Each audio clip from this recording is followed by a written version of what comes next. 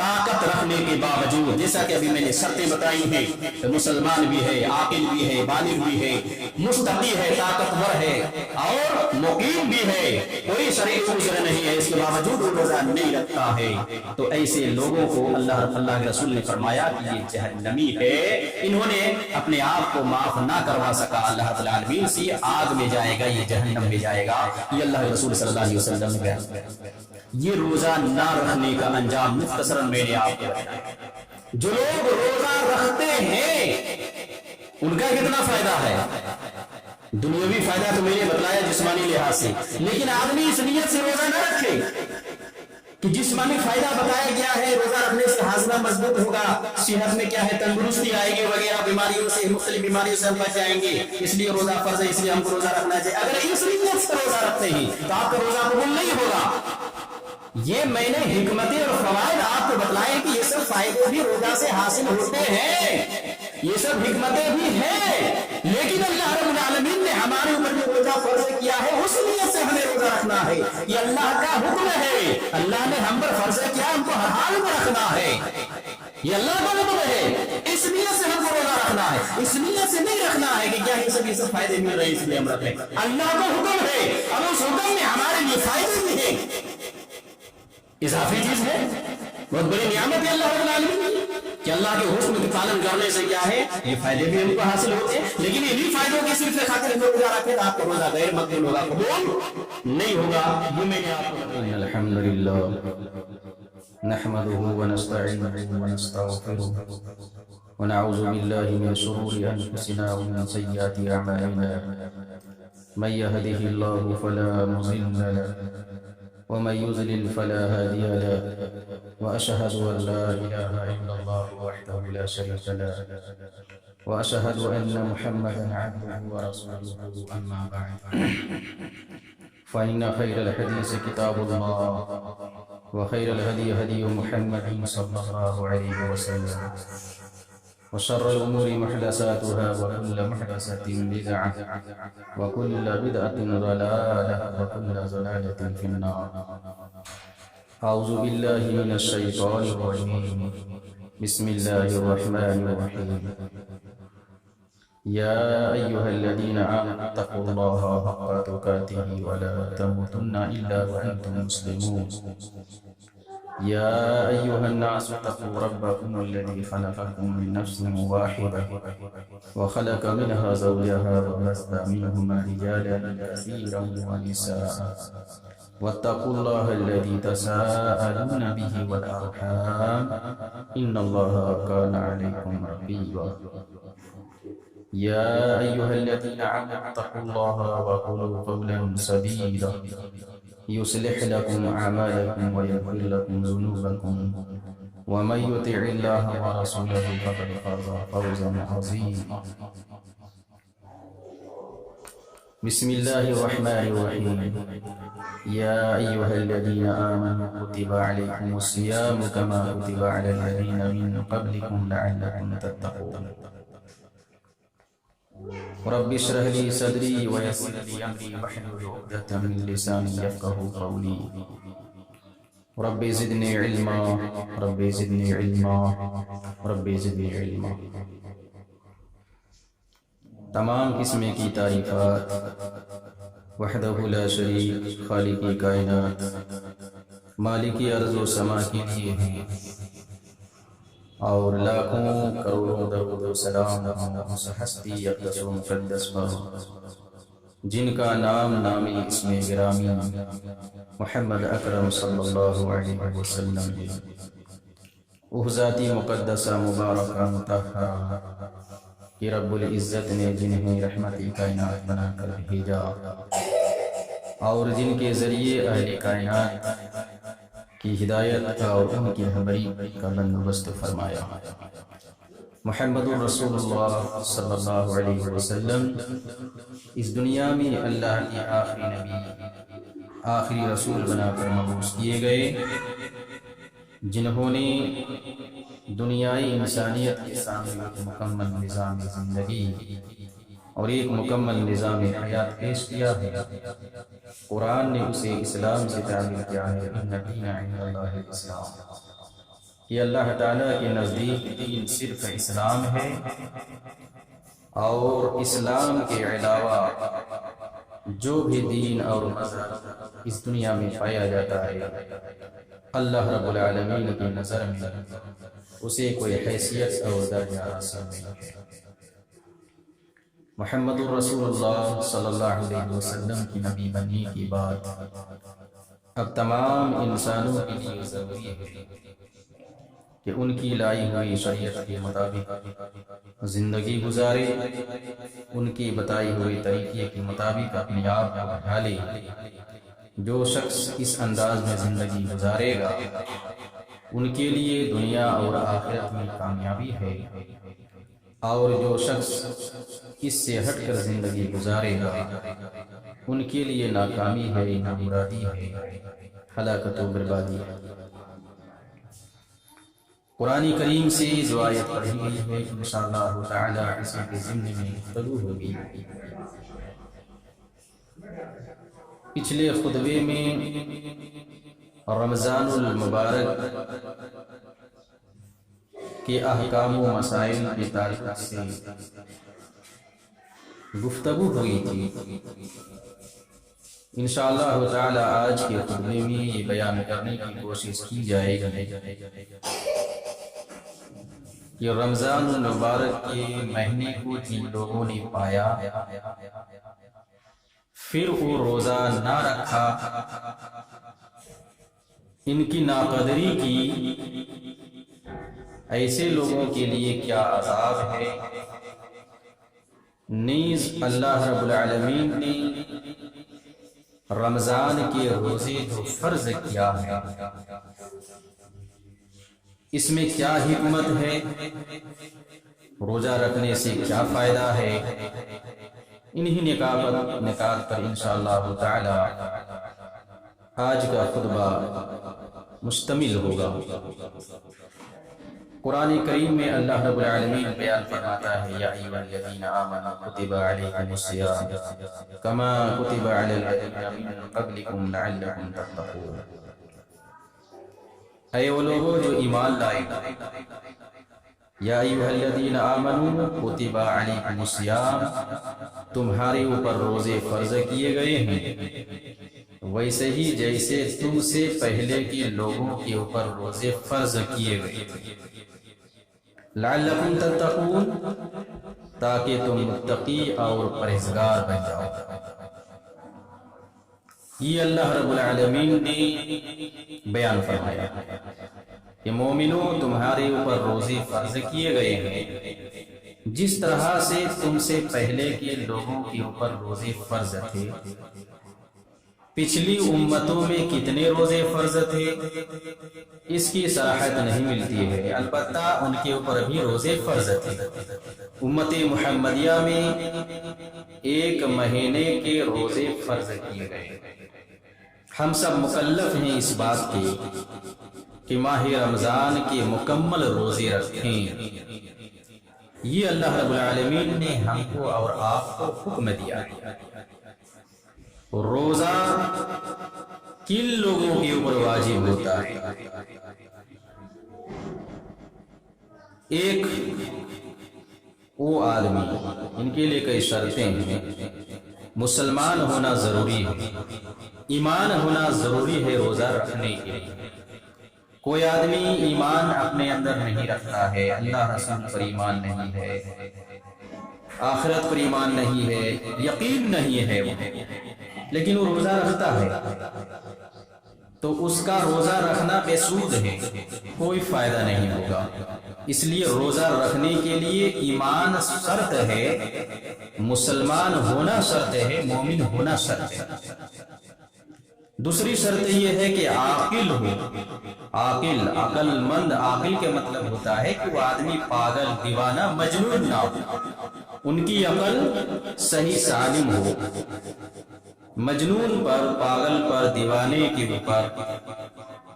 اور بچوں کے اوپر یہ روزے فرض نہیں ہیں، وہ شریعت کے مکلف نہیں ہے، تو عاقل ہونا ضروری ہے۔ تیسری شرط یہ ہے کہ بالغ ہو. بالغ کا مطلب یہ ہے کہ وہ بچے نہ ہو. بالغ ہو، صحیح اور غلط کی تمیز ان کے اندر آ چکی ہو. بالغ اس کو کہتے ہیں جو اب صحیح اور غلط کی تمیز کر سکے کہ یہ صحیح ہے، یہ غلط ہے، اس سے فائدہ ہوگا، اس سے نقصان ہوگا، اس کو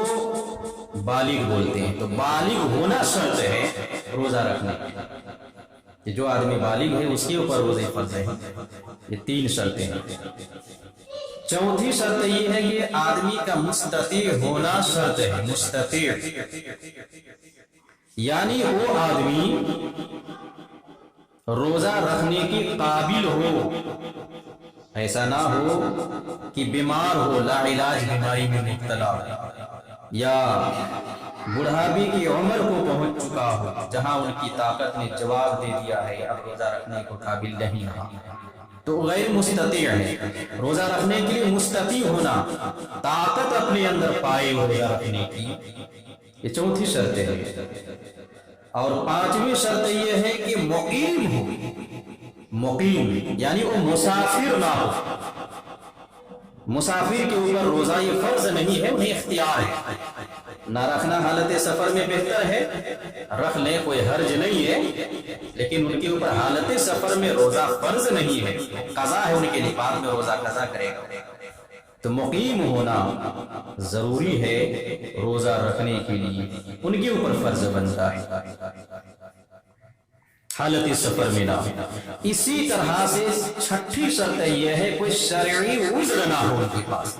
شرعی عذر کا مطلب یہ ہے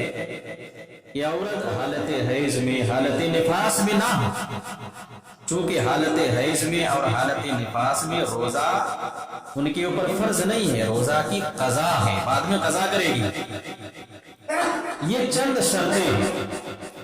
یہ ساری شرطیں جن کے اندر پائی جائیں گی ان کے اوپر یہ رمضان کے روزے فرض ہیں. اس کے باوجود اگر وہ روزہ نہیں رکھتے ہیں کہ وہ مسلمان بھی ہے، عاقل بھی ہے، بالغ بھی ہے، مستطیع بھی ہے، مقیم بھی ہے، کوئی شرعی عذر ان کے پاس نہیں ہے، ایسا آدمی اگر روزہ نہیں رکھتا ہے تو ان کا انجام کیا ہے انشاءاللہ تعالی بھی بیان ہوگا. تو یہ رمضان کے روزے کے تعلق سے آپ کو بتایا گیا کہ رمضان کے یہ روزے ہمارے اوپر فرض ہیں، ویسے ہی جیسے ہم سے پہلے کے لوگوں کے اوپر یہ روزے فرض تھے. اللہ رب العالمین نے لعلکم تتقون کا لفظ استعمال کیا ہے تاکہ تم متقی بن جاؤ، پرہیزگار بن جاؤ. روزہ کی حکمت اللہ رب العالمین نے بیان کی، روزہ رکھنے کی حکمت بیان کی ہے. آپ کو معلوم ہونا چاہیے اللہ رب العالمین کی 99 ناموں میں سے ایک نام حکیم بھی ہے. اللہ رب العالمین رحمان ہے، رحیم ہے، قہار ہے، غفار ہے، سلام ہے، ستار ہے. اس طرح سے 99 نام ہے اللہ رب العالمین، اس سے بھی زیادہ حدیثوں میں بتایا گیا ہے. ان میں سے ایک نام حکیم ہے. اللہ رب العالمین کا ہر کام حکمت سے پر ہوتا ہے. کوئی بھی کام اللہ رب العالمین کا حکمت سے خالی نہیں ہوتا. یہ الگ بات ہے کہ ہم جیسے کمزور انسان اللہ رب العالمین کی حکمت کا ادراک نہیں کر سکتے، ساری حکمتوں کا ہم پتہ نہیں لگا سکتے. ورنہ اللہ رب العالمین نے قرآن کریم کا جو نزول فرمایا ہے، جتنے احکامات اللہ رب العالمین نے قرآن میں دیے ہیں اور نبی پاک صلی اللہ علیہ وسلم کے ذریعے سے احادیث رسول میں جتنے احکامات لوگوں کو دیے گئے ہیں، یہ سب انسانوں کو دنیا میں رہ کے کرنا ہے، اور یہ فلاں فلاں کام دنیا میں رہ کے نہیں کرنا ہے. حکم دیا ہے کچھ چیزوں کو کرنے کا اور کچھ چیزوں سے منع کیا ہے اللہ رب العالمین نے. ان ساری چیزوں میں اللہ رب العالمین کی حکمت ہے. اللہ حکیم ہے، اللہ رب العالمین جانتا ہے. یہ ہم نے انسانوں کے اوپر یہ کام جو واجب کیا ہے، مکلف بنایا ہے، اس میں انسانوں ہی کا فائدہ ہے، یہ اللہ جانتا ہے. یہ الگ بات ہے کہ ہم اور آپ اسے نہ جانیں، لیکن اللہ رب العالمین جان رہا ہے. ان کا کوئی کام حکمت سے خالی نہیں ہے. بچے خاموش رہو. اللہ رب العالمین نے خنزیر کو حرام کیا ہے. اللہ جانتا ہے خنزیر میں انسان کے لیے کتنا نقصان ہے، اس کے گوشت میں وہ جانتا ہے، اس نے حرام کیا ہے۔ اللہ رب العالمین نے شراب کو حرام کیا ہے، اللہ رب العالمین جانتا ہے شراب میں انسانی صحت کے لیے کتنا نقصان ہے، اس لیے حرام کیا ہے۔ اللہ رب العالمین نے جوئے کو حرام کیا ہے، اللہ رب العالمین جانتا ہے جوئے کے مال یہ حلال کی نہیں ہے، حرام کی کمائی ہے، اور حرام کی کمائی سے کیا ہے انسان کا جسم جب پرورش پائے گا تو ہمیشہ کے لیے جہنمی بن جائے گا، وہ جنت کا حقدار نہیں۔ تو اللہ رب العالمین جانتا ہے کہ ان چیزوں کو حرام کیا، اس میں انسان ہی کے لیے فائدہ ہے، اب جن چیزوں کو واجب کیا ہے اللہ رب العالمین جانتا ہے کہ اس میں انسان ہی کا فائدہ ہے۔ اللہ رب العالمین نے رمضان نماز کو 5 وقت میں فرض کیا ہے، اللہ رب العالمین حکیم ہے، اس کی حکمت کو جانتا ہے اللہ رب العالمین کہ اس نماز سے انسان کا کتنا فائدہ ہے، کتنا سکون ملتا ہے، وہ اللہ جانتا ہے۔ اور صحیح معنوں میں جو مومن ہے، اللہ رسول پر ایمان رکھنے والا ہے، تو مومن وہ محسوس کرتا ہے کہ نماز پڑھنے کے بعد ان کو قلبی اور دلی اور ذہنی سکون کس طرح سے ملتا ہے، اور کس طرح سے پرسکون زندگی ان کی گزرتی ہے، اور دنیا آخرت میں ان کے لیے کامیابی ملتی ہے۔ اس لیے اللہ کے رسول صلی اللہ علیہ وسلم کہتے ہیں کہ نماز میں میری آنکھوں کی ٹھنڈک ہے۔ اللہ کے رسول جب پریشان ہو جاتے تھے، غم میں مبتلا ہوتے، جب بے چین ہو جاتے تھے کسی بھی معاملے میں، اور آپ اس طرح کی کیفیت میں مبتلا ہو جاتے تو آپ وضو کرتے اور نفلی نماز ادا کرنے لگتے، سجدہ کرتے، جس میں آپ کو سکون ملتا۔ اس لیے اللہ کے رسول کہتے ہیں کہ نماز میری آنکھوں کی ٹھنڈک ہے۔ اور آج کی سائنسی تحقیقات نے یہ انکشاف کر دیا ہے، یہ واضح کر دیا ہے کہ ایک انسان جب حالت سجدہ میں ہوتا ہے، جتنی دیر تک وہ سجدہ میں رہے گا، انسان کا جو خون ہے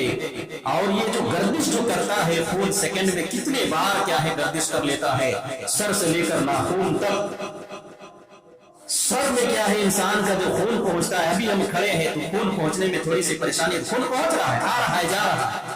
لیکن حالت سجدے میں یہ خون جتنی رفتار سے، جتنی مقدار میں اور جتنی تیزی سے اور جتنی مرتبہ ان کو پہنچنا چاہیے، وہ حالت کیا ہے اس پوزیشن میں نہیں پہنچ پا رہا ہے۔ لیکن سجدہ کی حالت میں جب انسان ہوتا ہے تو یہ خون کا جو سر یہ ہوتا ہے، ان کی جو گردش ہوتی ہے، اس سر میں کیا ہے بہترین انداز میں پہنچتی ہے، یہ گردش اور خون بہترین انداز میں، اس کی وجہ سے انسانی ذہنیت کو، انسانی ذہن کو قوت ملتی ہے، انسان کو سکون ملتا ہے، ذہنی اطمینان حاصل ہوتا ہے۔ آپ کو یقین نہ ہو تب لمبا سجدہ کر کے دیکھیں، آپ کو یقین آ جائے گا کہ ذہن میں پختگی پیدا ہوتی ہے، ذہن میں سکون ملتا ہے، اس لیے کہ خون کا سرکولر کیا ہے ان کے ذہن و دماغ میں کافی مقدار میں پہنچ رہا ہے جتنا ان کو پہنچنا چاہیے۔ تو اللہ رب العالمین نے سجدے کا حکم دیا ہے، نماز کا حکم دیا ہے، وہ حکمت سے خالی نہیں ہے۔ وہ الگ بات ہے کہ ہم کیا ہے انسان ان کی حکمت کو نہیں سمجھ پا رہے۔ اللہ رب العالمین نے رمضان کے روزے جو فرض کیے ہیں حکمت سے خالی نہیں ہے، یہ الگ بات ہے کہ ہم ان کی حکمت کو نہیں سمجھ پا رہے ہیں۔ تو اللہ حکیم ہے، ان کے ناموں میں سے ایک نام حکیم ہے، اللہ کا ہر کام حکمت سے پر ہے۔ اس رمضان کے مہینے میں اور اس روزے میں انسانوں کے لیے فائدے ہیں، بہت سارے طبی فائدے ہیں، جسمانی فائدے ہیں، سال بھر انسان کھاتا پیتا ہے، ایک مہینہ ان کو اللہ رب العالمین نے کیا ہے دن بھر کھانے پینے سے کیا ہے رکے رہنے کا حکم دیا ہے، پورا دن صبح صادق سے لے کر غروب آفتاب تک کھانا پینا اور ہر طرح کی برائیوں سے اپنے آپ کو روک لینا ہے۔ اس سے انسانی جسم میں کیا ہے کتنا فائدہ ہے، طبی نقطۂ نظر سے کیا ہے تحقیقات سے یہ معلوم ہوتا ہے کہ سال بھر کھاتے کھاتے انسان کا جو ہاضمہ ہوتا ہے وہ کمزور پڑنے لگتا ہے، رطوبتیں کیا ہے پیدا ہو جاتی ہیں، اس کی وجہ سے کیا ہے طرح طرح کی بیماریاں انسانوں کے اندر جنم لیتی ہیں، اور بیماریوں کا جو مرکز ہے محور وہ پیٹ ہوتا ہے۔ اور اس طرح سے ایک مہینہ جب مسلسل انسان روزہ رکھ لے گا تو جو رطوبتیں کیا ان کے معدے میں جمع ہو چکی ہیں وہ کمزور پڑنے لگتی ہیں، وہ ختم ہونے لگتی ہیں، اور اس طرح سے کیا ہے انسان کا جو معدہ ہے، ان کا جو ہاضمہ ہے مزید کیا ہے اسٹرانگ ہو جاتا ہے، مضبوط ہو جاتا ہے پہلے ہی کے تھا، جو کمزور ہونے کے کگار پر تھا رمضان کے روزے رکھنے کی وجہ سے ان کا معدہ ان کا ہاضمہ مضبوط ہوتا ہے۔ یہ روزہ کی حکمت، بہت ساری